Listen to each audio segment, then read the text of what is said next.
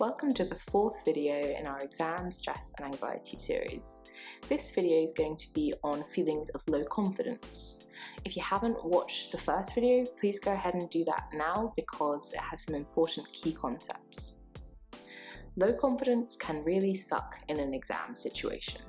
It can take away your motivation, or it can make you so anxious about getting things wrong that you waste time checking and double checking your answers. You can even end up changing the right answers for the wrong ones. I'm not here to tell you that you'll definitely pass with flying colours. I'm not going to ask you to pretend to yourself that you're definitely going to get the grades that you want. A lot of positive thinking strategies can often feel like a lie, and nobody can predict the future, that we know of. This video is about acknowledging that sometimes feelings of low confidence can actually harm your ability to study or sit an exam, and to try and come up with strategies that can help deal with feelings of low confidence over time.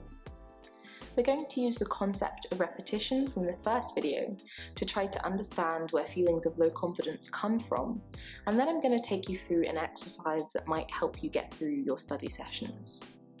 Low confidence can stem from a lot of places.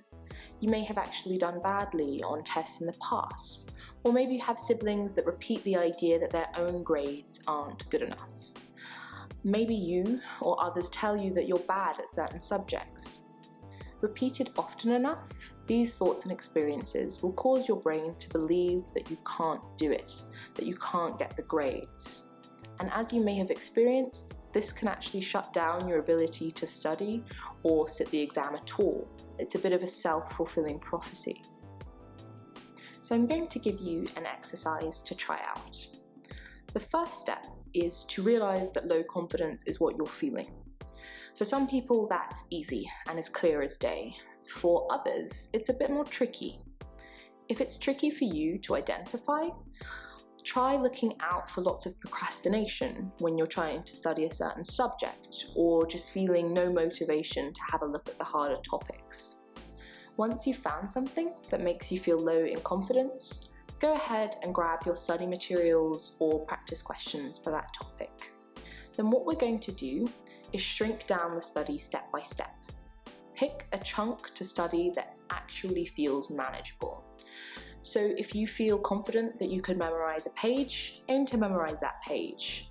If you feel that you could remember a paragraph, learn that paragraph. If it's only a sentence, that's good too. Learn that sentence. At this point, if you're asking yourself, how on earth am I going to get through an entire course by learning a single sentence? I would like to remind you that it's unhelpful emotionally to be considering an entire book's worth of knowledge in a single moment. That's terrifying. In a single moment, you can only ever learn a sentence anyway. All we're doing is breaking this down so that you're not overwhelmed by the entire endeavour. So I'm giving you full permission to learn a single sentence if that's what feels manageable. Once you've committed that small chunk to memory, check if you can say the information back to yourself out loud or written down on paper. If not, go back and read it again. This works for exam questions too. If you've checked the answers, maybe it's one question, maybe it's 10, and it's wrong, memorize the right answer and go back and do it again without looking.